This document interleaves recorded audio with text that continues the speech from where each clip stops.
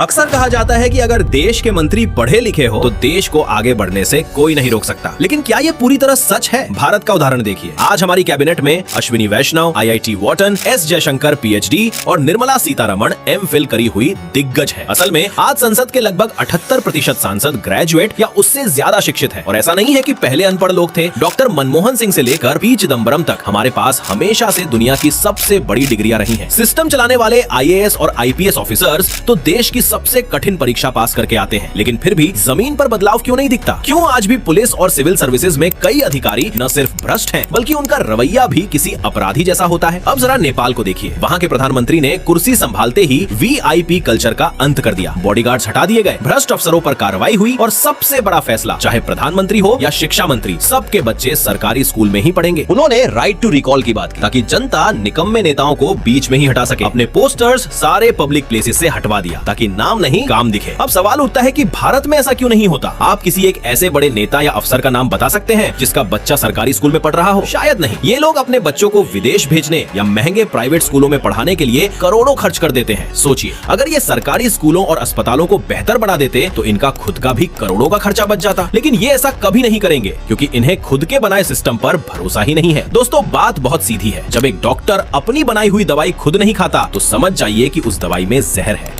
वैसे ही जब देश के शिक्षा मंत्री का बच्चा सरकारी स्कूल में नहीं पढ़ता तो समझ जाइए कि शिक्षा व्यवस्था सिर्फ कागजों पर चल रही है। जिस दिन नेता को उसी बस में चलना पड़ेगा जिसमें आम आदमी चलता है, उस दिन बसें और सड़कें अपने आप सुधर जाएंगी। अंत में सिर्फ इतना ही कहूंगा कि देश को सिर्फ पढ़े लिखे नेता नहीं बल्कि सही नियत वाले राष्ट्रवादी नेता चाहिए, क्योंकि डिग्री आपको चतुर बना सकती है पर ईमानदार नहीं। अगर आप भी इस बात से अग्री करते हैं तो वीडियो को शेयर कीजिए और चैनल को फॉलो करें। जय हिंद।